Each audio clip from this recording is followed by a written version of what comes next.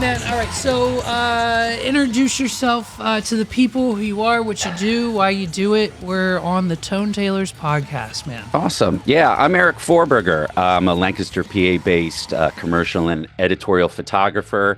Also been playing in hardcore and punk bands since the mid-'90s. So, photographing bands is always super fun, but I do a lot of, corporate lifestyle. I do a lot of editorial, story stuff for magazines and stuff like that. So, yeah, no, your dude, your photography is so interesting because I'm also in the world of photography. Awesome. Our work is more wedding based. Sure.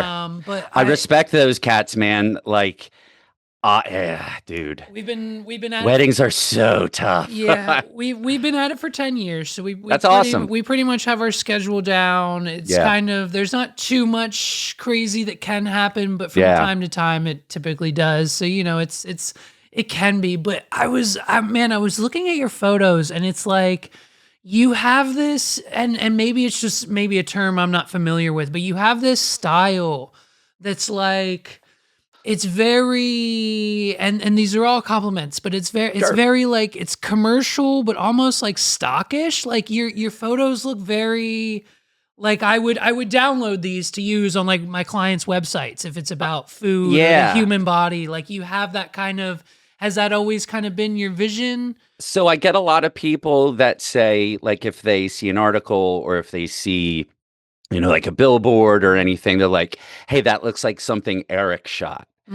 So I don't know if that's good or bad, but it's like I love lighting. I love talking about lighting. I love how just a little modifier can change the look, direction of the light, whether you're feathering it off, like I'm kind of doing now. I'm kind of feathering off a softbox here, but it's just fun, man. It scratches both sides of my brain. It's like the technical. I used to be in IT too. I still kind of do IT stuff, but it's that troubleshoot how to make this look good.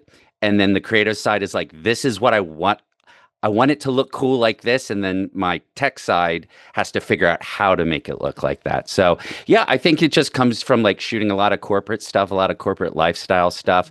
But then even for like the fun stuff I do for myself, I try to go outside of what like clients are asking me for, because, it's like, well, I can imagine the same with like music. Like if you're writing for a specific client or whatever, you're like, I don't know, man, I haven't written anything for myself in a while. So even over the pandemic, man, like I only had like my wife to shoot with. I thought I can't not do anything over this like lockdown, right? So I go, how can I, make that next move? So I got drone pilot certified. Nice. And I did a project called Pandemic Portraits. I just shot my wife in different kind of things. You can see that on my website. Okay. And a buddy of mine was like, dude, you need to turn that into a promo piece and send it to ad agencies. So I used this online printer called Newspaper Club. Right. And I had a designer friend lay it out for me, and then I mailed it off to all kinds of, art buyers and editors. What inspiration, like, where did you find, like, were you just like 60s housewife or like the Muppets? Like where you're looking at it. Yeah. Where did this come from? Just the lack of like having to be creative for clients. I just came up with stuff like I wanted to shoot. Right. I'm like, I even did one of those like light painting kind of things. Like I've never done that. Let's try it. So I got a little light kit and tried that on there. So I just tried a bunch of different stuff that maybe someone hasn't hired me to do that I kind of just wanted to put in my toolbox. But yeah, man, it's like when you say that lighting has kind of like a stock feel. Right. I think that's just trying to survive in like commercial kind of stuff, especially for the area that I'm in. Yeah. I'm sure in LA and New York, people are looking for like way crazier stuff, but the stuff I'm getting hired to shoot, they want it to be clean, they want to look professional, and they want it to look, well lit, that they can put it on their website or use it for marketing materials. So yeah, I try to save the weird edgy shit for like my own projects and Right. getting silly with friends, you know. And bands, I'm sure. Yeah. So that's another aspect. So your website kind of has most of your corporate stuff and Yeah. your professional end, but you've also been taking photos of bands for quite some time. Yeah, so I mean, I started, really shooting professionally in like '06. So when bands would come like through the Chameleon, Yeah. rest in peace, Chameleon Club. Yeah. Yeah. Um, you know, even recently, I shoot stuff for Galactic Empire. Okay. That's the metal Star Wars band. Um, Even guys in Harrisburg calling hours. That's a bunch of Harrisburg dudes that have been bands for decades with Popeye, the vocalist from Farside. But yeah, man, just kind of shooting fun stuff. I don't get brought in to shoot a lot of band stuff, but friends of mine or like touring groups that kind of might end up here, I'll shoot for them. But yeah, it's not normally something. I used to have a separate like band photography website, Right. but I just kind of let it go out just because, the commercial stuff kind of, the band stuff's kind of for fun. Yeah, is that well? So most I guess what we've been finding in kind of the pattern here, especially for our local bands, is that kind of DIY struggle of like Yeah. social media and creating content and like having or do we get a photographer to come to the show or like do you have any tips for those bands who maybe don't have that photographer friend who's willing to show up or just what's the best way to get around a very non well lit room and just your iPhone 12 photos that are So even for that, like there's a local photographer, Taylor Bandy. She hit my band Reunion up. We were playing in Harrisburg, and she said, "Hey, I'm going to be at your show. Do you guys need photos? Yep. It's this price." I'm like, I think that is such an awesome hustle. I had another dude do that, and he shot us with an iPhone. Okay. And I'm like, dude. Okay. Yeah. So then when Taylor hit us up, my band Reunion, you can find us on Spotify. Yeah, we'll talk about it. Yep. She was the first question I asked her, I was like, "Are you shooting with like an actual camera?" Right. And she said, "Oh yeah." So I was like, "Okay, cool." It was an easy price, and those people, like, I shot the band live got back together on New Year's a bunch of years back with their original singer. And I was working for an ad agency that was affiliated. So I shot those first photos of live as a band playing live again. And that ran in Rolling Stone magazine, which was pretty sick. But the tip I can give people trying to get into band photography is go to shows, shoot your friends' bands if you're trying to get like your band style. Because a lot of the band stuff, like I've shot, like early shots of like Dillinger Escape Plan, right? Like I would do a technique called shutter drag. Yep. Your shutters open for like maybe 2 seconds, and then you do a rear curtain sync. Yeah, you can add a little twist to it, but I use an onboard flash that I set to rear curtain sync. Okay. So meaning, the shutter opens, it goes 2 seconds, and right as the shutter's going to close, it pops a flash off. So you see this super cool ghost trail of motion, and then right at the end of the frame, the flash locks that person in and freezes them. So I always thought those were the raddest. I shot a bunch of stuff like that for calling hours. And I think if it was just one big blurry long exposure mess, it wouldn't be cool. Yeah. But that technique of that rear curtain sync right at the end that kind of freezes an actual person with that whole like trail going behind them looks super, super cool. But for bands looking to get in, man, hit up local bands, hit up touring bands. A lot of touring bands, big bands would be super pumped to get, photos even for, just to build up a portfolio. You can be like, "Hey man, if you can get me in the show on a photo pass, I'll shoot your stuff. You can have it. You can use it. Just tag me." And that's a good way to start. I mean, giving away shit for free isn't a great business model, but if you don't even have a a catalog for people to look through, a website that's shoot your friends bands, man. There's so many, the local scene's pretty great, and there's lots of shows happening. Yeah, and I mean, I think even that too, it wouldn't even be that extremely difficult, I don't think, if you were a photographer, to even reach out to the local venues and just say, for hey, sure, put me on the list or whatever. Just even like a small cover charge that gets covered for your services would be enough, I would think, to just have that experience. Yeah, the micro influencer, and even that kind of just quote kind of 2025 version of guerrilla marketing is what's really working for them, I think. I think there's a dude that either shoots for Mickey's Black Box or for Harris, for the old venue that was in Mechanicsburg, Love Drafts. I think they have like a guy, he goes on Instagram, I think it's like Spider something. But he's always posting stuff like from that venue. So that venue might even have their own photographer for their own stuff. Right.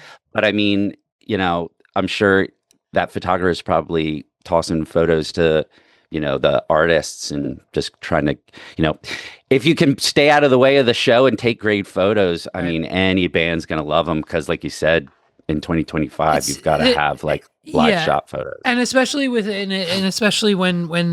you can't even get like a post seen on Instagram now without either paying for it or that collaboration where it's on the band's page, it's on your page, your audience sees it, their audience, and it's just key. I mean, it takes a 10x is your post if you can have multiple collaborators. I mean, it's just it's the way to go. That just seems to be the way that you actually get your stuff seen. I mean, I'll post something, it gets 20 likes and not a ton of views. And if I post something as a reel and it has a song to it, now everybody sees it. I don't know, man.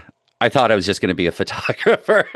Well, and now every photographer is now a content creator with a 360 cam on their hot shoe, and it's a very interesting evolution of cameras. My business partner, he went from just using the Sonys to now he's got the Meta glasses with the Osmo Pocket 3 with the 360 camera with a rig and his phone with 6 cameras on it, and it's like, okay, what are we doing with all this footage? And it's like we've just got like a regular edit to get through, let alone none of this stuff. Out of 6 cameras. Well, it's right. Well, I'm exaggerating a little bit, probably all at the end. It's probably that many. It's just something gets a little fisheye on the GoPro. Maybe you do something with like a gimbal or that Oz. Dude, let's actually. You know what? I've been wanting to talk about this. I didn't even have it written down, and I'm so glad you just mentioned it. Can we talk about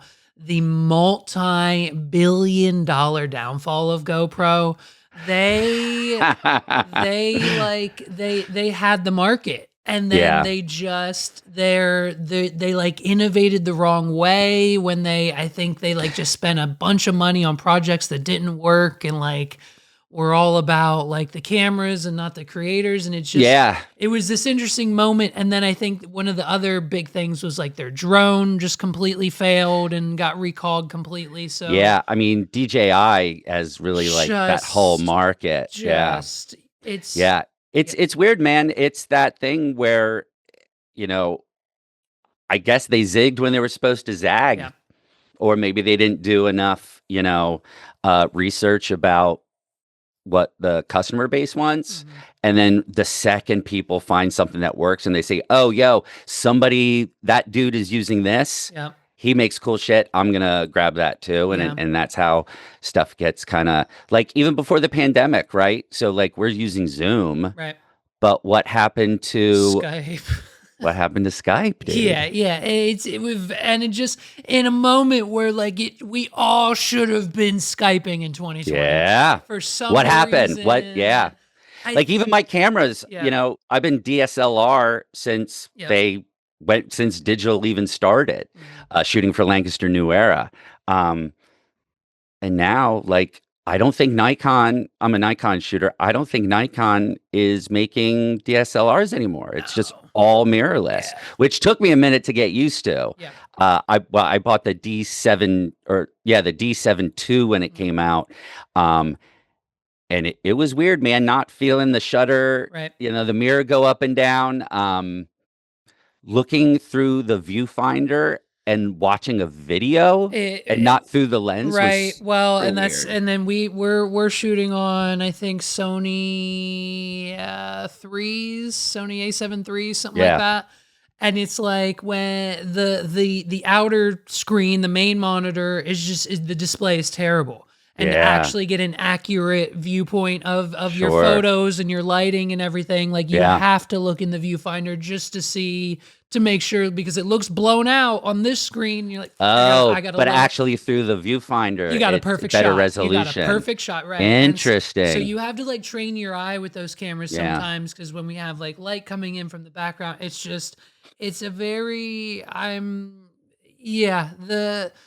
the camera industry. I'm curious. We're Sony people. I'm shooting on a Canon now just because of how much it costs at the time. But and that's all video dudes all seem to be using, Sony and Canon. Yeah, Justin's always back and forth. We started the business on Canon and then inevitably made the move to Sony. And now every other day he's like, Canon's colors are better and I want to switch. But like to sell the bodies we have and then to buy new ones, we're still out like $5,000 at the end of the day because lenses cost $8,000 for some reason. It's everything's going so expensive. And even just reverting back to like the DJI-ification of it all. I refuse. I want an Osmo Pocket 3 so bad. Justin has one. It seems like every creator on the planet except for me has one. Sure. But I refuse to pay $900 when I know it was $400 like a year ago or whatever when it came out. Yeah. And I think the 4s might be coming soon. I don't know. It's that one day you said, screw it, let's try it. And you hit buy now on B&H or something. But even my Profoto light, so I use Profoto strobes for lighting. And dude, the modifiers are so expensive. I'm like, it's an umbrella. Yep. How is it? It's an interesting, man. We've gotten we've certainly gotten away with our use of like newer brands or like Amazon for Basics sure. Sometimes if we have to. I mean, I'll admit it. I just replaced what at the time cost me $3,000. It was a photo booth. Our photo booth for our wedding business. Yeah. You just put an iPad in it. There's no printer, no nothing. It's just a metal container with a stand. Yeah. At the time, that one cost $3,000. And like the software. Yeah. Well, no, it didn't even come with that. Oh, really? That I had to even purchase separately, right? It's just a shell. Yeah. $3,000. It has a ring light. It has a ring light built in. Yay. $3,000. I just replaced it with one I got on Temu for $300. And guess what? It works perfectly. It looks good. And I'm pretty sure the same model that all of the companies that are charging me $3,000 for a photo booth shell are buying and then reselling to me anyways. Putting their decal on it. Yeah. So at the end of the day, some of those you can get away with the basics, but I'm with you. Even V flats, right? So even in my studio, it's 2 pieces of foam core with they're big with gaff tape kind of making my little V flat so I can bounce some light. There is a company that makes I forget what they're called. A V flat, but it folds down. It has some Velcro and it has some seams, so you can fold it down. Okay. While that is convenient, it's like 3 or 4 times the price of actual just foam core. Yeah. But I mean, they have some R&D in it, so it is what it is. If you need to travel with a V flat, that's probably the one you're gonna travel with. So, and there's one other piece of equipment that's like, I think is still in this like limbo of not a lot of people they're kind of using it but kind of not, and it's the getting rid of like the standard 3-leg tripod and just using a weighted like square base as it. And my issue with that whole thing is there's only like 3 name brands right now, and each of their poles cost anywhere from $100 to $150. And I'm like, a 9-foot tripod on Amazon costs that much, and we can't so it's the equipment industry is an interesting one. I looked it up just now. It's called V Flat World. Okay. Check them out. They make great portable V flats, but just, it's kind of expensive for a V flat, but it didn't stop me from buying it. Listen, maybe it might be a situation we might be able to reach out. They might be a fit for the podcast. We'll get there you go. Sponsored. If you need a light bounce, it's perfect. What they do too is there's black on one side of it and white on the other. So reverse. So it's pretty universal and usable for a lot of different, but it costs a bit, and you got to use it for biz. Right. Like, what are you going to do? Of course, exactly. Yeah. So you grew up like local hardcore punk scene, like mid '90s era. How are you handling the downfall of MTV? I mean, was watching music videos in the morning before school like a staple of your childhood? Or so it was kind of. I was one of those where the parents weren't super cool with you watching MTV. I see. So, but like, 120 minutes, and the metal show. What was that called? It had Ricky Rackman was the. I'm terrible with names. Ricky Rackman was the host of a metal MTV Headbangers Ball. Headbangers Ball. I can't believe I couldn't remember that. Headbangers Ball. And 120 minutes. Okay. Were like where you would see like alternative or punk, and then you saw like thrash. I mean, I saw Sick of It All's video where they're showing the hardcore dance moves. I'm pretty sure I saw that on Headbangers Ball. So you're like, oh wow, that's or also, Lancaster just had so many record shops. Mm-hmm. We had BBC, we had Web of Sound, later CI. Like, we could go in and just meet other like kids into your scene. But yeah, man, MTV totally would get you, like, it could feed you that little bit. They're like, oh, you see the Metallica 1 video? Right. And you're like, dude, that's sick. Yeah. And then you're like, you go check out Metallica, and then you learn about Megadeth, and you learn about Anthrax, and you learn about Slayer. You learn about all this stuff. But yeah, man, it's. I think people are now having their MTV fix with discovering new stuff with Spotify suggestions or curated playlists that didn't even exist, back then. But yeah, man, it was, I realize I am that old guy, when you start going like, I remember when you had to like look in the liner notes to see like who the band thanked. You're like, I like this band and they thanked this band. I'm going to go check out that band. Yeah. So you go to like BBC or Web of Sound, and or even, Mr. Suit, when Mr. Suit was around, CI, you just go in and you'd be like, hey, do you have the blah, blah, blah? And if you had a cool guy who was running or gal who was running the shop, they're like, dude, if you like that, check also this. Right. And now people are just doing that on Spotify. Right. I mean, dude, I have so many friends that I'm just, hey, I know you love this old 90s hardcore sound. My friend Shane is just loving this new resurgence of like the late 90s, early 2000s, like metalcore sound. So I'm like, dude, check out Morning Again. Check out like all these older bands that were kind of around in the time that like these newer ones are paying like homage to. Yeah. Like Foreign Hands sounds awesome. Yeah.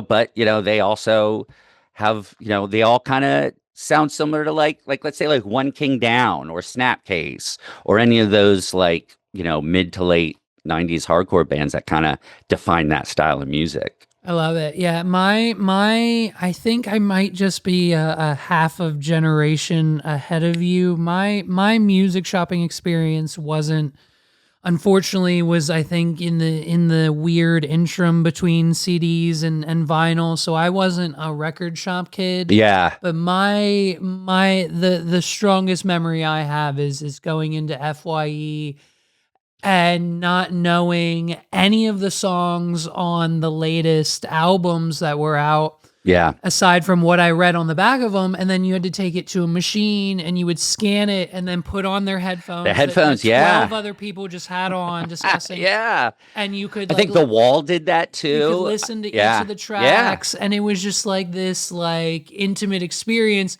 And even like when we weren't even going to buy the CD, you could just then go and just listen to it. Yeah. And it felt like you were kind of there. It was it was definitely a different time to be alive. I remember when it was Camelot music in Lancaster at Park City. Okay. Yeah, that was before FIE. But I mean, even going to like, even the bands we were seeing in the mid 90s, you know, they had 7 inches and they'd sell them on their merch table when you'd go to like a Bearville Fire Hall show or, you know, any show. There would sometimes not just be the band selling stuff, but like distros would have like zines and records from other bands. Right. And then, you know, you just kind of collect records, you know, 7 inches. Yeah. It's kind of like the like collecting pins. Yeah, just for kind of sure. Just different albums. Yeah. Yeah. Does Spotify, in your opinion, is that where you should be? Do they have the best playlist, the best discoverability? Is it Apple Music? Is Tidal even a thing anymore? I don't know, man.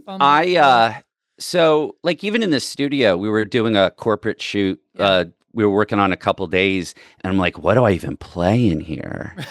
Right. So I look up 90s alternative hit playlist. Okay. It was called, what was it called? I'm gonna grab it. It was called playlists. Of course, I can't find it. It was like the ultimate playlist, the ultimate 90s alternative hit playlist. And it really was awesome. Right. Like all the 1-hit wonders, all the 2-hit wonders. Smash. Yeah. I found a bunch of bands from making my own playlist and then hitting that shuffle button that says also add. At the bottom. Also add other stuff. Yep. And I found so many cool bands I'm huge fans of now, like No Cure. I was listening to like an Acacia Strain radio, right, on Spotify. And then I started getting, you know, No Cure, which I've seen a bunch of times, you know, in Harrisburg or, you know, Millersville, they just played. Bands will come to tell us that I somehow found on that Spotify. It's like getting associated with other bands. It kind of just, we have one song that has like almost 10,000 plays. Okay. And I have no idea how. Maybe it got put on a playlist or something, or maybe it just grabbed some algo. We don't buy bots or anything. We only have like 70 monthly listeners. But thanks, 70 listeners. I appreciate it. 5 of which are probably guys in the band. Right. But but I mean, go to shows, talk to other kids. I think that's a cool way to find bands that just aren't on it yet. The scene, your local scene, wherever you're listening to this to, you know, hopefully there's chicks and dudes and people who are just putting on like fire hall shows or basement shows. Yeah. The biggest thing we're hearing right now is the house shows and man, just the small intimate like here's doing like small DJ shows in the studio.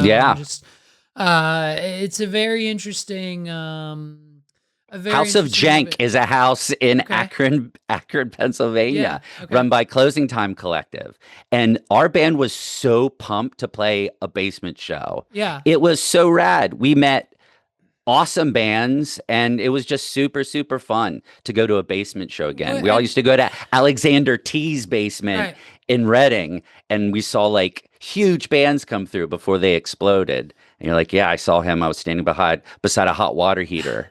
What do you think that like what do you think that draw is? That basement, that like Sheets parking lot, the backyard, like is it that sense of like freedom? We're not going through community, security, man. We're not going to a big stadium.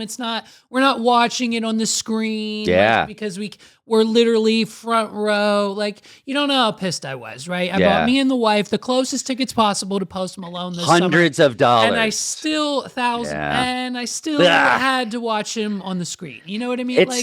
We're this close to the man, and it's so jam packed in there on the floor of the damn stadium. we still have to watch them on the screen. Like I would have rather bought like nosebleed seats because it would have been the same experience. We would have more room. I think people get disenfranchised with fees. Yeah. Not to sound like the old punk guy, but like $5 punk shows at the Chameleon. You saw like 4 of your favorite bands. You know, I think it just comes to more of that like sense of community. Yeah. Like, and it's not like exclusiveness, but it's like, this is, you know, in the Goonies movie where he's like, this is our time down here, you know, when everything's happening, you know, their house is getting taken from them from some developer or whatever. And he makes that comment. It's like, this is our time down here. And I kind of feel like that's a perfect analogy for like a punk or hardcore basement show or any indie, not even punk or hardcore, but like any indie. I'm a person, I have a basement. I like independent music. Let's put on shows and have fun. And the kids respect the venue. No one's trashing the place.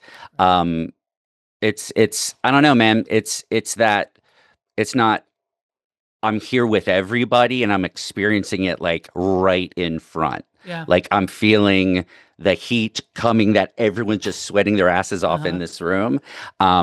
I think that's just, man, I think it makes it more special. I think that's why people can't get rid of like that punk or hardcore ethos where it's like, this isn't just a style of music I like. This is kind of like a lifestyle I live, and it's how I treat other people, and it's how I kind of go through life. And it's also it also is in this like day and age of like the young bloodification of like concert tickets are too expensive. Yeah. Let me put on my own festival or just make them this price or that or whatever.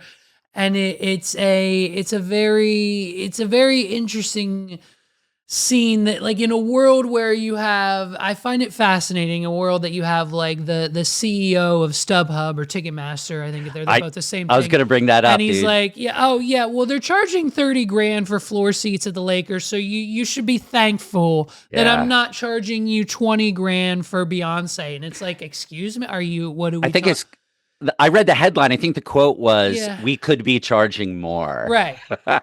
Which is, I mean, just it's just kind of a spit in the face, I think, to just fans and even musicians. Like, I don't think anyone in a band necessarily wants that. I mean, merch obviously, cuts. Right. Just, it's very, it's such an interesting world. Do you have, aside from great photography, right? What's a way, do you have hit us with some advice or any tips and tricks for these bands or musicians or even photographers? Probably relate the same. How do we stand out on social media? We've got 8 million posts going up every hour on the hour. No one cares about the one that you just put up, let alone your whole history. What's your, do you have a tip or trick or what are you seeing in the music realm? What are other bands doing that's successful as a social media kind of? I think it has a lot to do with, you know, and this sounds so, I keep saying this sounds so cliche, but still saying it anyway. Yeah. It's that grind. It's that hustle, you know, it's the get out and meet people, you know. We used to, growing up in the late 80s and skateboarding, you'd go to a skateboard spot with you and a friend or two. And then on the other side of the parking lot, you see 2 or 3 other kids skating. You go over, you say, what's up? And you meet. And now you're skating the whole rest of the day with these kids that you just met. And then you link up later. Like going to shows and hustling and meeting people and giving back to the scene, being a friend of the scene. I think that goes so far, and then it translates into the in-person, onto the social. You got it. Online. I honestly think like it all comes. It sounds so cliche. It's the who you know kind of thing, right? You go in and you meet people. Some people hire me as a photographer because literally I'm the only photographer they know. You know, people get tattoos that same way. They only go to their one tattooer because that's who they know, and that's cool. But I think the in real life stuff will eventually translate into the online social media stuff when you're friends and then they share your stuff and then someone sees that shared from them. They're like, oh, that's sick. I'm going to follow them. And you do so. And, you just start sharing, you start going. I met this graffiti artist, dude, Andrew, in the basement of the photo studio building Yeah. I'm in. He's doing killer art. I just bought a piece from him. Yeah. I met him outside because we also have our rehearsal band space in the basement. Nice. That's where Reunion rehearses, along with a bunch of other bands. Super Vehicle plays down there. A bunch of bands do. Yeah. But like meeting people outside the building, yo, dude, what are you doing? He's like, come on in and check out like my like room. And he's got all these awesome like hardcore and hip hop, and he's just building this little community in what actually used to be our old rehearsal space. And he's doing cool stuff, man. He shared a painting he did on social media. I DM'd him. I'm like, dude, let me get that. I bought it. He shared it. I shared it. Other people are sharing his stuff. So, and that all comes down to just me meeting him outside our building. Right. And just like talking about hardcore and punk and yeah. It's this, I think the you can't deny what's good. Yeah. Right. Yeah. Yeah. I think that social aspect of a lot of people kind of got destroyed during the pandemic. Yeah, for sure. And it's this situation where like no one wants to leave the house. I'm not talking to anyone at the grocery store, let alone outside on the street. And it's like this weird thing. But at the end of the day, I think you're absolutely right. That's how you have to, like, we're human beings. We're not meant to be inside alone. We're meant to communicate and be together.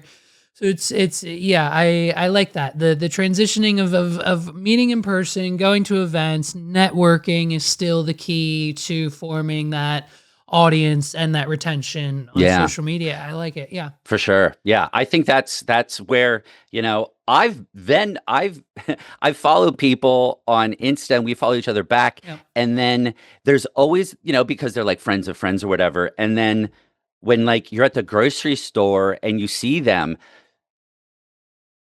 so many people don't stop and be like, oh, yo, we follow each other. We're like cyber. I see your post. I know what your dog looks like, dude. Like, I'm not going to be like, yo, we follow each other. What's up, man? You fist bump. You're like, hey, man, nice to actually like meet you. Yep. I think I know you because you're friends with so. And it's a 2-minute conversation and like make what's online real. Make what's real into online. I think it's you got to use them in tandem, man. Yeah.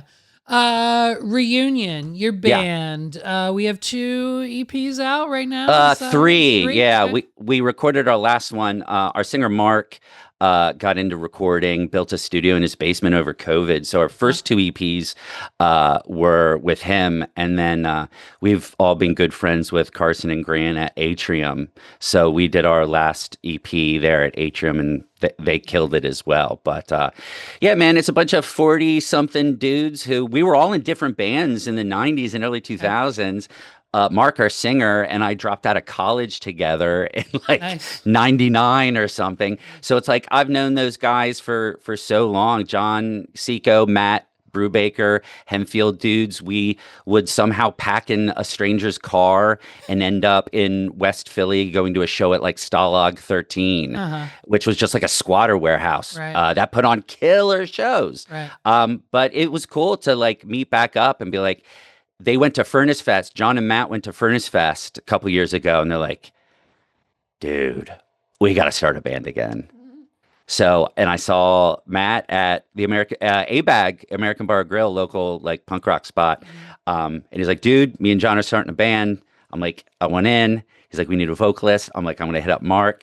And it's been so fun, man, writing music and getting to be on stage and play shows. I mean, shout out to, Big Fan Presents for, Brendan for putting us on that show with Darkest Hour. That was super sick. We had to play with, bands that, we've been fans of forever. But yeah, man, just making music a day a week and then trying to book shows when someone's not on vacation or their kid doesn't have soccer or, whatever. It's been super, super fun. I'm starting a second band. I just want to be in, I just be in more bands. I'm starting a second band. It's a punk band. We're called Broken Ties. Check us out. We're coming soon. Yeah. Just old friends that I've played in bands with before. I'm like, I want to do something a little bit more hardcore punk, and I want to fill up more time. Like I do Brazilian jiu-jitsu. I play in hardcore bands. I'm so lucky, dude. I'm so lucky that I was pushed to start my business myself. So before photography, I was in IT, and my buddy Steve Lowry owned Transcending Flesh. He goes, dude, don't make another person money. You got to start your own business. You can have an office space upstairs till you get on your feet, and then we'll talk rent. But start your own IT business. I did, and then I'm like, oh, starting a service-based business isn't all that tough. There's not a lot of overhead. I'm going to take my passion of photography. I'm going to start that business. And as the photography business grew, I did less and less computer stuff, and I keep my lights on. Taking photos. It's wild. It's a very interesting path, and we've talked about it ad nausea on this podcast. It's just because it's something I'm passionate about. You and I seem to have the same journey there. I started the wedding DJ and photography business in 2013. Did you start that did you have anything else to support you during that, or did you halfway get through it, work a day job and try to work that in? Yeah, so I've always been an entertainer. So growing up, I did karate. That transitioned into dancing. Then that transitioned into magic all through high school, and then that transitioned into DJing the weddings. And so that was. Yeah, no, I was working because I was going to college for web design and development. And so while I was doing web design development 9 to 5 and in between client jobs, I was also making the wedding DJ site for myself, and then running that on the weekends. Obviously, no one gets married Monday through Friday. Yeah. And then that job transformed into many others. And then along the way, I got hired at a small place in Carlisle called Pixel and Hammer. And 2 to 3 years into that, the owner at the time decided that she wanted to move on, asked me if I wanted it. I said, sure, why not? My first day was January 1st, 2020, and then the world shut down. Oh, God. Bummer, dude. I was a little nervous. Yeah, man. But I believe that year alone, I brought in more money in projects than anyone in the history of the company ever did. So it was fine. It's crazy, dude. And so once that kind of became my full on, I didn't call myself an entrepreneur until last year, but then obviously more weddings every year came from the wedding business, and then more and more work from Pixel and Hammer, and now which led me to Tone Tailors and working for them, and that's how we're here today. So that's awesome. It's I've always been on that. I knew I wasn't an employee. I've essentially either been fired or let go for reasons that weren't the reasons they told me were the reasons. Yeah, they just made some shit up because they felt bad. Yeah. But I've never really, it's only ever been a year or two for me working for someone else, because by that time they have an idea that must absolutely be correct that I can no way possibly agree with. Yeah. And it's how am I supposed to sit here and do this work for you? Yeah. And also too, half the jobs I had that hired me as a web developer, then just outsourced that part of the company because they found it was cheaper, and then put me on the social media team, which obviously is not my job. And I just get tired of after a year anyway. So doing it all for myself is that key. And it's something that finding not a lot of people have that back half of the drive.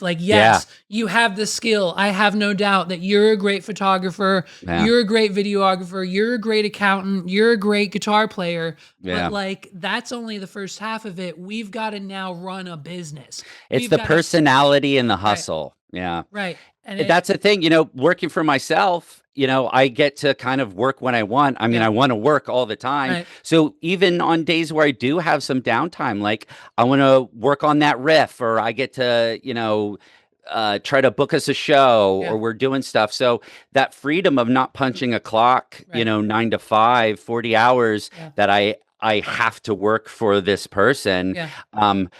has given me a freedom and an enjoyment to life Yep. that I don't think, now that I've seen like my happiness in my journey of birth to death, is going to be that I get to do what I want with my time. When that phone rings, when that email comes through, I jump on it. Let's get on a creative call. Let's set up a call with the client. Yeah. Like I want to keep doing that. But then, yeah, man, I don't have a meeting till 1. It's 11. I'm just going to go take my dogs on a walk. Do a I'm going to go hit podcast, the right? Yeah, gym. yeah. I'm going to do a podcast. Yeah. So it's a having my own business, which I would not be where I am now if it wasn't for, one, the people that convinced me to start it. Yeah. But two, just the ability to kind of, I thankfully made the right steps to get to where I could be self-sufficient. My buddy Alejandro, he's a video guy, shot a bunch of videos for bands in the early 2000s. I was photographing This or the Apocalypse way back when they were a local band. I think they're now Hawk. But Okay. I thought it was going to be a fun shoot, and I was probably doing it for free Yeah. because I just have fun. Right. I don't charge bands much at Right. all Right. because I know what it is when you're a band trying. There's no marketing budget. Yep. So I go, dude, this is going to be a fun shoot. I'd love to have a BTS of it. So I brought Hondi on to shoot it, and that's floating around somewhere on YouTube. But I wrote him a check, and he told me he went to his dad, and he goes, "Look, I'm I'm a professional videographer." Yeah. He Yep. told his pop I was his first, and now he Yep. was working doing video for a company, and then eventually he's like, "Dude, I think I'm going to do this on my own." He's been doing it on his own for like a year or two, probably making the same amount, if not more, and working way less. He's a weirdo, crazy like trail runner. He travels with his fiance who does vintage jewelry. So like he is like having this life that you kind of only get if you can somehow finagle your way into getting people to pay you to do whatever it is that you like. And not just that, it just gives you the freedom to actually live what I feel life is supposed to be, not like stuck working to make money for a boss. Yep. For 40 hours a week. Like that can't be what life is. Yeah, it's that first check feeling is something that I'll never. That was kind of my. So what's funny about my life's ambitions is everything that came prior was just me learning and tinkering and trying to figure it out so I could apply it to the next thing. Yeah. And so then you get that check, and then you buy better gear. Right, exactly. To do another shoot, and then you take that check. Yeah. And it's just like, so all through high school, I was doing magic and card tricks at lunch and in the hallways and just skipping class. And it's fine. I was the president of my class. It was a goal. I figured it out. Homecoming king. So I could get a pass anywhere from any teacher just to go do card tricks somewhere. And so then all through college, I turned that into a business. And like, it was to the point where my mom like had to sit me down because she like, I was doing college during the week, but then I was gone. I'd be gone all weekend. And I'd be like, Mom, I have a magic show up in Williamsport. Yeah. They're paying for the hotel. I have to stay overnight. It's a 2-day event. You're a professional entertainer. And she's like, Levi, what the fuck? What are you talking about? Like, they're paying for and they're paying you. I'm like, yes, Mom, it's $800 for 2 days and the hotel's covered. Yeah. And she's like, are you on drugs? Like, just tell me now, please, so I can help you. And I'm like, no. Like, I think our parents didn't realize that was a possibility, man. And I said, Mom, I'm like, look, I'm on Gig Masters. I get the emails. They come in. I'm talking to this guy. He's a part of this organization. I just got the check in the mail. I said the hotel reservation. I didn't believe it either, Mom. I called and confirmed. I took my buddy Justin with me, and it's like, that then obviously then turns into, okay, how do we translate that into a couple $1,000 weddings? And then boom, how do we apply that to getting bigger clients for Pixel and Hammer? And then we start a personal podcast. Great, we're 100 episodes deep there. Now, how do we sell that and get Tone Tailors to start one and get us to do it monthly? So it's all very. At the end of the day, I don't know how to play chess, but the chess moves are so apparent and just so.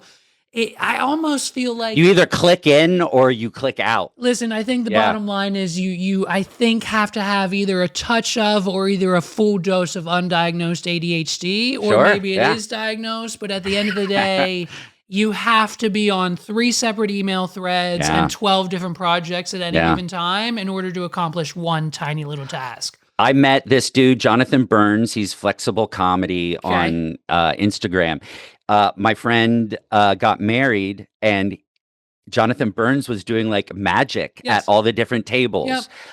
Look at him now. He's on Disney cruise ships as entertainer. He's been on TV with Penn and Teller. He's been on America's Got Talent, I think. Yeah. Um, I know him. and yeah, Yeah. super great dude. Yeah. I do all his photography. Yep. I love it when he comes with me with ideas. Yep. He's super creative. Yep. He can do design work. His social media is awesome. He does great videos.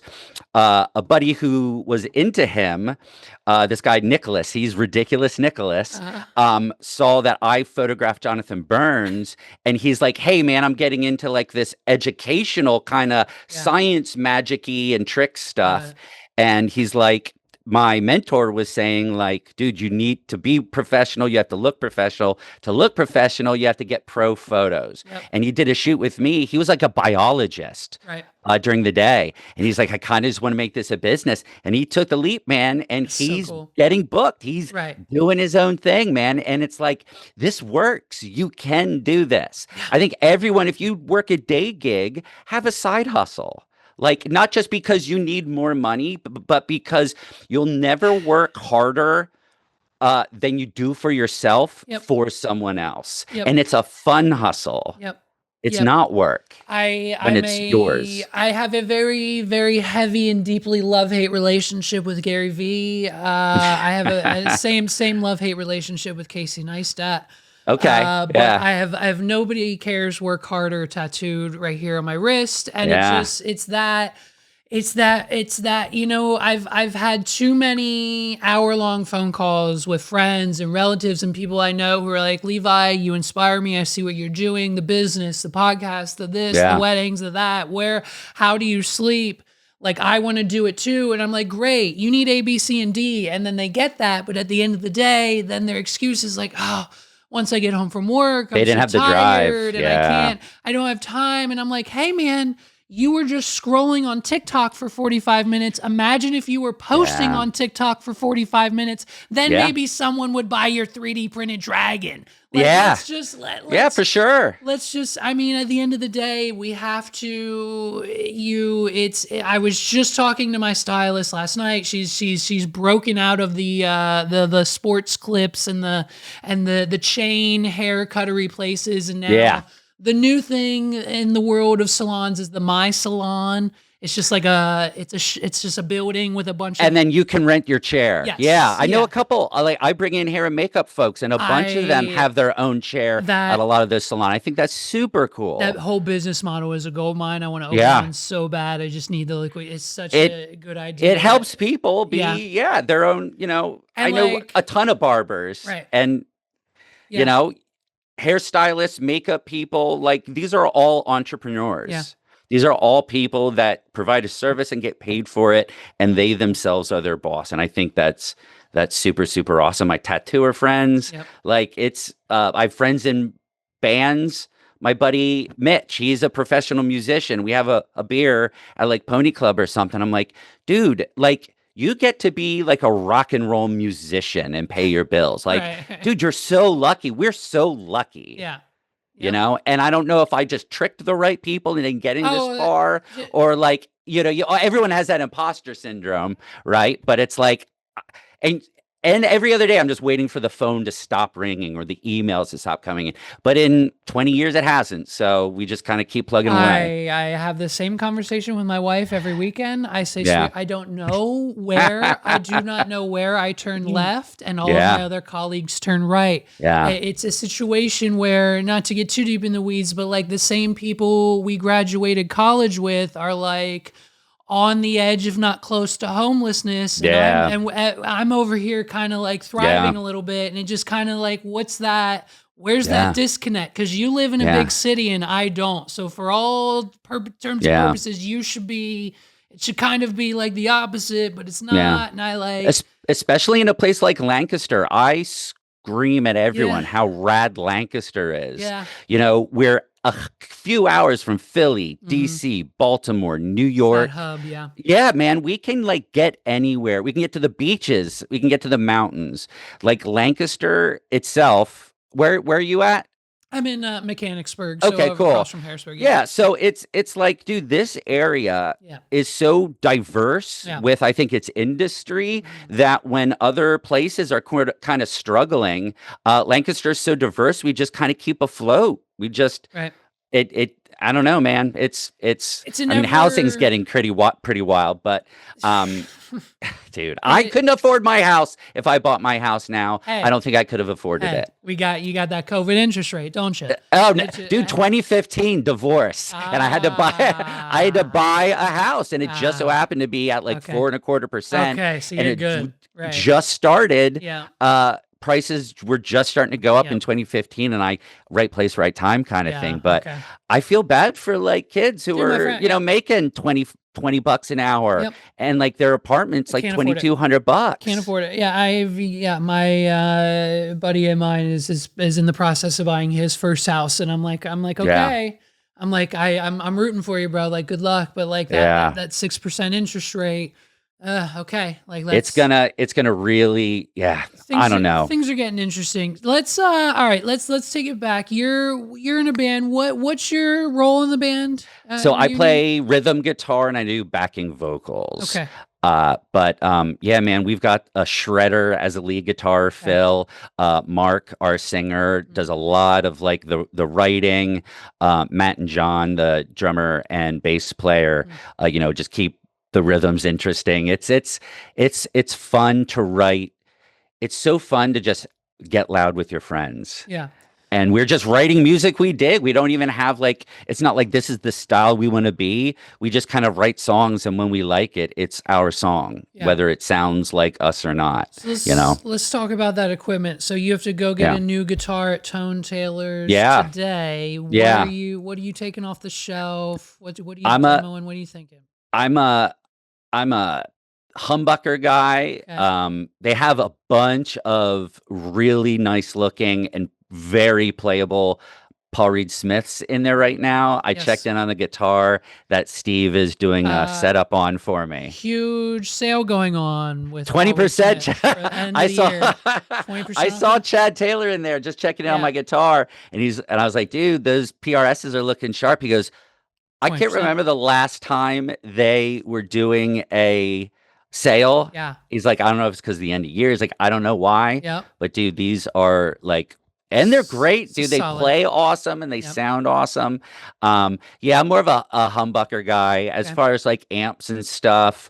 I'm an orange like rocker verb, thunder verb. I have a Victory Kraken. Okay. I just kind of got in. Oh, I have a Rev generator, There you go. Canadian made, super sick, nice high gain amp. I got a Nano Cortex for fun, Okay. just to kind of download some, captures on that and plug it into like a Seymour Duncan power stage to power, my onstage cab. But yeah, man, always searching for that tone, always trying new guitars. I've way too much gear for my skills as a musician.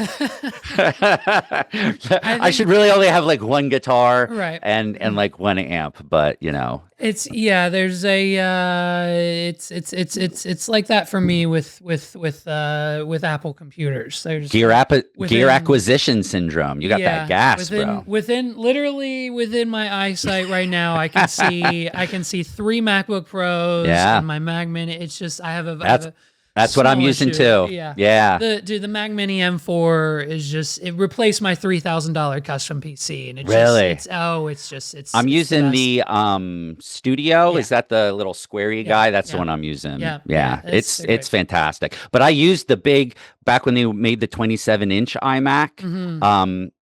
I used that for Yep. oh my God, for Yeah. so long. Yeah. Yep, me too. They just kind of keep running, man. Right. They really do. They really do. What kind of microphones are we Shure people? Or yeah, the SM was the 57s are like probably the standard. I mean, this is just like a little Rode that I got for every once in a while when a client is like, I know you say you only shoot photos, but like it's like a 20-second clip. I just need I was like, fine. So I just have this little kind of thing there. But yeah, I'm for like cabs, I have a Emperor 412. I have a Nomad 612. They're like another kind of like boutique custom amp builder. Big oversized Mesa Boogie 412. And yeah, just high gain amps. Even for the punk stuff, I'm just using like the 100-watt Rocker Verb. Our drummer's using Spawn, Spaun. It's a drum maker, I think in Texas or something. Bass player's using Dark Glass and a Fender. Is that a P bass? I don't know what he's got, but yeah, LTDs, Evertune. Evertune is probably one of the best new tech in music ever. I never have to tune my Evertune guitars. That bridge just is rock solid. I saw speaking of new tech, and I don't know what I was watching. It very well could have been Sora AI generated. You never know, man. Yeah, but I saw, it was basically a guitar, and then on the back of it, it just had like this like lever kind and of, it folded in half. The whole thing folded. You just put it in your. I saw that too. And it's like, I saw that too. Do you foresee like major tech innovations in the music or equipment space? Like, has there been, because from what I can tell, it's like vinyl is the best sounding and all of the analog amplifiers are better than the new, and like, so it's like, it seems like the stuff from the 80s, early 2000s is more preferred when it comes to that sound. I mean, everyone's looking for the Mesa Boogie, triple rec, dual rec. Everyone's playing the 5150 as far as like high gain hardcore and stuff goes. But I think like what's really getting traction, I think, are like boutique guitar builders, Balaguer, Balaguer guitars, Pennsylvania made. I have a custom guitar that's being built. It should be finished this month. Nice. The guitar player from Acacia Strains, I think that's how I found him, is one of their endorsed players. But yeah, man, so many people are using, the quad cortex, which I think is cool. I had one. I ended up selling it. It sounded cool, but I just missed that like tube amp kind of feel. Right. It just felt too ones and zeros for me.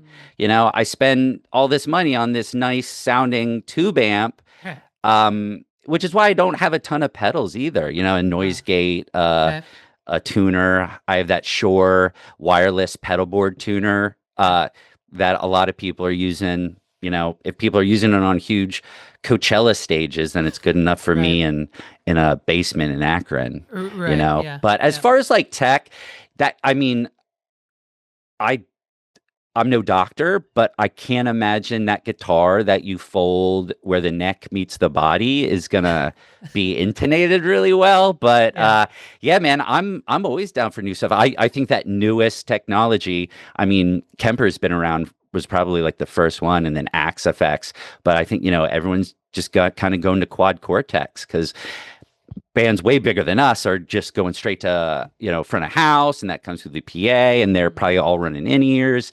But, we come from that, we're playing a VFW or like a basement or a garage or like the A-Bag, a punk, bar venue. We just kind of, it's all just stage sound. So we're just cranking our amps and probably being a little too loud. But yeah, I think that quad cortex is probably like one of the most epic jumps of music tech. I would love to hear your opinions, because I'm sure it falls differently amongst your various ventures, but what's your opinion? I know where you're going on AI and music and Chat GPT. And I mean, it's this interesting situation where we're getting more and more like we just signed like our first AI artist to a record label or something. So I feel a lot of people who I've been talking to are obviously purists of the 90s and early 2000s. So like, screw AI, I would never use it for anything. But if that's just kind of the inevitable rabbit hole, we heard the same, pushbacks and arguments against Spotify, and now every band is on Spotify. So let's not, let's just jump the gun yet. Right. Yeah. It's an interesting, very interesting kind of take. I'd be curious your thoughts there. I just saw someone post on LinkedIn a headshot of theirs, and it says, "Hey, I just got this position, and I can't wait to start this new role." And it's a blatant AI headshot. Yes. So as a photographer that does headshots, again, that's like, that's disappointing. Right. I have used AI to remove things from photos. So standard these days is, it's kind of, I had to take a flag. Yeah. I was shooting a cover for a magazine for Millersville University. The shot had a flag in a window that was in the shot, and the window was reflecting. There's a 90-degree corner in the building. So in the window, it was reflecting the brick from the building itself and the flag in the window. I selected that flag and I told AI to remove flag. Yeah. And in maybe 12 seconds, it gave me 3 perfectly matched. It matched the brick. I didn't have to use the clone tool and cut and copy and paste and use layer masks, and it literally removed it, and it did it so well. And it looked so perfectly done. I was doing a headshot session for a corporate client. I was doing like 20 employees. One employee forgot it was photo day. He was wearing a t-shirt. We selected his body. Okay, so I am gonna go back on the words I said when I only used it to remove. I did use it to give a guy a new shirt. So that is okay. Keep it in. Don't cut that. No, I said it. Listen, I used it to replace that guy's shirt. And I'm like, okay, it served its purpose. Like, and it matched the neck. It matched the shadow on the shirt. Instead of me having to source a shirt and blah, blah, blah, or reshoot it, it just made for a simple, quick remedy. Now, is that my slippery slope where I'm like, I did it that one time, but where did it get that shirt? That shirt existed. So my big bugaboo is, of course, probably you too, is you're making something. The second anyone snaps a photo, the second anyone records a video, the second any time you record music, that is immediately copyright you. So the AI learning on copywritten material is a problem. Yeah, I think it's a weird situation where like we're finding out that like these LLMs are building their LLMs on top of your Reddit posts from the last 20 years or your YouTube transcripts or whatever it may be.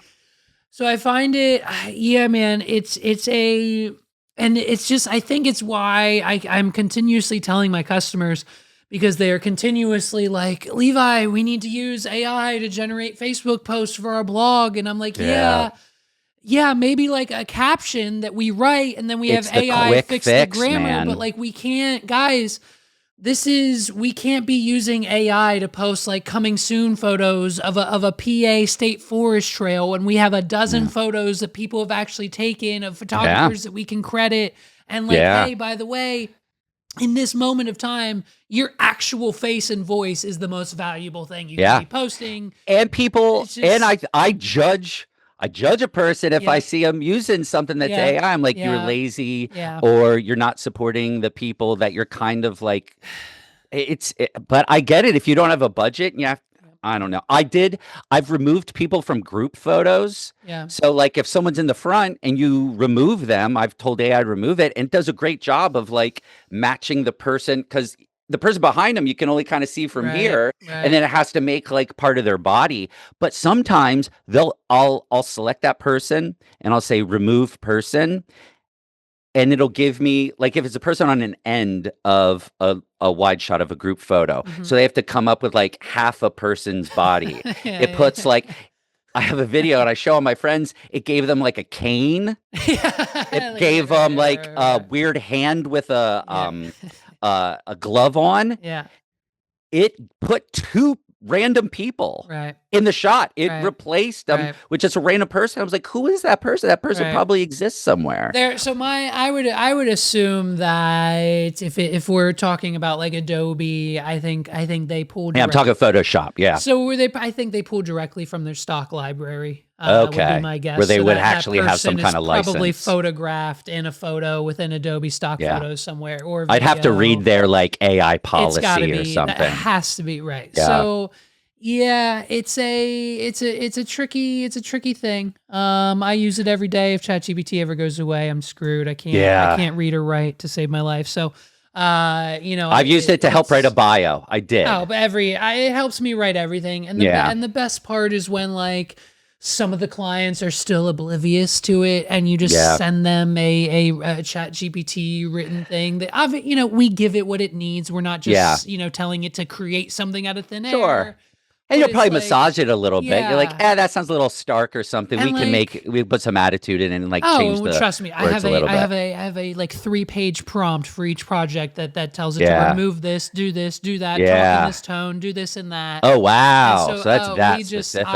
I have everything in project folders. It runs my life, it runs my business. It's a very fascinating tool once you fully understand. Did search engines kill the did search engines kill the encyclopedia industry? So I mean, no one's going to say like, oh, I need to I want to remember what this happened in history. You Google it. You don't go to your dining room where you might have a bookshelf that has your old Encyclopedia Britannica. You're searching it now. And now people are using, ChatGPT for like random searches.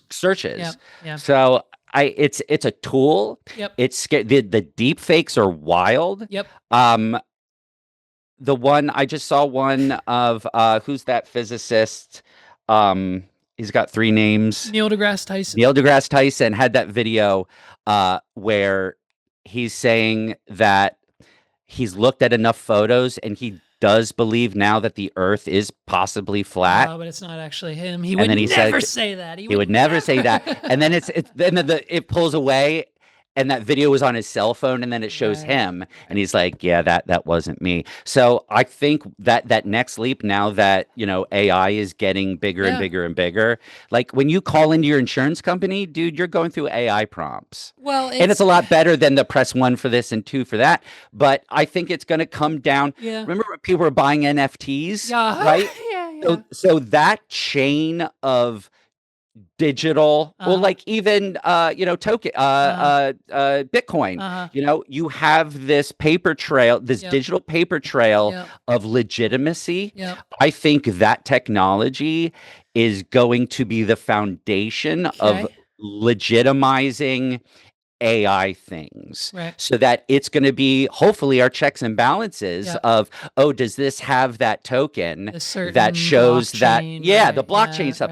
I think that is going to be the way to help decipher, because that AI video, that guy shooting that in football games or whatever, they shoot that t-shirt cannon into the crowd. I saw a video of some guy just murking an old lady right in her chest with it, and I'm like, that was wild. And then I saw it again later. I go, dude, that was AI. Well, I totally thought that was real. The crazy. So they're also now, and we're gonna wrap this up in a second. But what they're also doing now is this like sub-psychological aspect of the AI videos, where like we're generating these ridiculous AI videos to look like security camera footage. Yeah, man. So that our brains go, oh, wait, it's supposed to be grainy and low quality because it's from a security camera, so it must be real. Yeah. even though it's ridiculous, but at the end of the day, it's still AI. It's very Sure. We're gonna see, especially with the likeliness and the celebrities selling their likeliness and musicians, and I'm curious to see we're in a crazy time. who the first major musician to sell their likeliness and catalog to an AI company, and then they fully produce an AI generated album of said, I don't know, wow, like a new Metallica album or a new Aerosmith album or whatever, and it's just all AI because they sold their stuff to this new up instead of selling your catalog when you're done, you're now gonna sell. They said artists or actors are gonna be doing that. Right. Well, and then they promise you they're like 10 years after your death, you're gonna have 10 new albums and 10 new movies and 10 new appearances here. But you can cash out on that now. And you sell it now, and then boom, we're going to take care of your estate and kids for the next 10 years because it's your likeliness. Of course, they're going to flock to the theaters. If they found out Michael Jackson was giving a concert again, it would be sold out in 20 minutes. So like, it's a very weird. And we'll see if people bite. You know what I mean? I think you're getting to a point too where people are like, I don't want to see AI stuff, man. It makes me feel icky. Yeah, I don't like how much resources it's using, between water and electricity, which, we're gonna have wars over water. It's weird. Like it's oh God, I don't want to talk about I love to end on a dystopian dystopian note. At least we'll always have rock and roll. There you go, right? For sure. As long as orange amps still still exist. Yeah. Okay, last question, then we'll get out of here. Yeah. Local venues, what are we seeing? Where should we be going? Have we been to, I think, 3 West? West Art? Is that what I haven't yet been to West Art. I want to play that it's apparently church, the bee's knees of but venue. They don't play harder bands up there. But I think Closing Time Collective has a little space downstairs. It's called, what are they called? Oh, because they used to have the Upside around the corner from the A-Bag. They now call it like the Upside Down. It's a venue in the basement of West Arts. Justin from A-Bag is opening up Culture Club. It's going to be a new venue. Garrett, I think, is running sound, so it's going to sound great. Telus 360's putting on awesome shows. I saw who did I see? I saw Jawbox there. Who knew they would be playing shows? Even in Millersville, Phantom Power Sick. I loved Mechanicsburg's Love Drafts. And I told everyone how awesome it is. I was like, the parking's awesome. I'll tell you what happened. They as soon as you were done playing there, they booked Soldier Boy. And the amount of people that showed up to that show made them believe that they needed a new vent. They moved now. They're not. Is that Capital City Music in the old Federal Tap House building? That's going to look awesome too. I mean, I think I just love. And then they have the Champ. Jeremy at CI opened up a new. I think this might be like the 3rd or 4th iteration of the Champ. But I think that's where. So Lancaster, Harrisburg, there's 717 Hardcore, I think it puts on a bunch of like little DIY hardcore shows. Right now, it's going really, really awesome. Inca Dagger just played the church in Philly 3 nights in a row. That's crazy. All these bands like late mid 90s screamo and post-hardcore bands are coming back. I think music is doing awesome right now, and there's so much energy and passion into it. You see bands like Turnstile blowing up. You see bands like Knock Loose playing Coachella. We're so lucky to see like bands make it. We have August Burns Red is always like that pinnacle of local band that just like made it. But even Ricky Armelino is in Ice Nine Kills now, and he's a local dude. He was in that band This or the Apocalypse that I shot. He's now touring, opening up for Metallica. It's so awesome. I love seeing my friends succeed. I love seeing people like make their passion into their career. And I think going to local shows, supporting the scene, even if you don't know the bands, man, what are you doing Friday night? Closing Time Collective has shows at like all these different venues. Justin at A-Bag is going to have bands at the Culture Club, Phantom Power, Telus 360. There's shows all the time in weird people's basements. Go out, meet people, see live music, buy their merch, support live music, and hopefully we don't have to listen to AI pop. AI pop. Yeah, listen, I don't know. Listen, I don't know what a K-pop demon hunter is. And apparently I'm supposed to. And I don't. And I don't think I know what to Google. I'm not even. I just turned 47, so I don't think that's expected of me. No, okay, good. I'm going to assume that's for everybody probably, younger. Yeah, I think it keeps popping up in my life. Yeah. And I'm like, I don't know what this Netflix show is. Like, I don't understand it. I'm still listening to Jelly Biafra scream about Ronald Reagan. There you go. On like Dead Kennedy's album. There you go. Right, of course. Okay, let's wrap it up. You walk into Tone Tailors. You got to buy one thing today. What is it? One product. That's it. The JCM 800 Marshall JCM 800 pedal. There you go. Done. That is sick, but they also have the little 112. Maybe I'll grab that. Who knows? Okay. All right. If it's in stock, we'll link it below, of course. Nice. Anything to say to the people? Anything to promote? Where can they find you? Bands, upcoming show? What do you got? EricForberger.com for my website stuff. You can follow me on Instagram at Eric Forberger, my band Reunion. Yep. We're on Instagram. You can find that through my Instagram. Listen to our Spotify. Listen to your friends' bands. Buy music on Bandcamp. You know, just have fun and live life. Good. Awesome. Yeah, folks, all those links, Instagrams, everything to find Eric and his bands are down below. Another episode of the Tone Tailors Podcast. Of course, if you need your strings, gear, accessories, guitars, all PRSs are on sale, 20% off until the end of the year. Check it out, tonetailors.com. As always, hey, for a lot of you who don't know, you can purchase things from Tone Tailors online. We do have an online store, of course, shop 24/7 online at tonetailors.com, and of course in store down in the heart of Lancaster. Eric, thank you so much for your time. Thank you for your stories. Appreciate it. And everything. We'll definitely have you back sometime soon whenever you have another project or something else going on, of course, for another conversation for another day. Always happy to yap. Of course. Have a great one, my friend. Thank you. Later, brother. Thanks.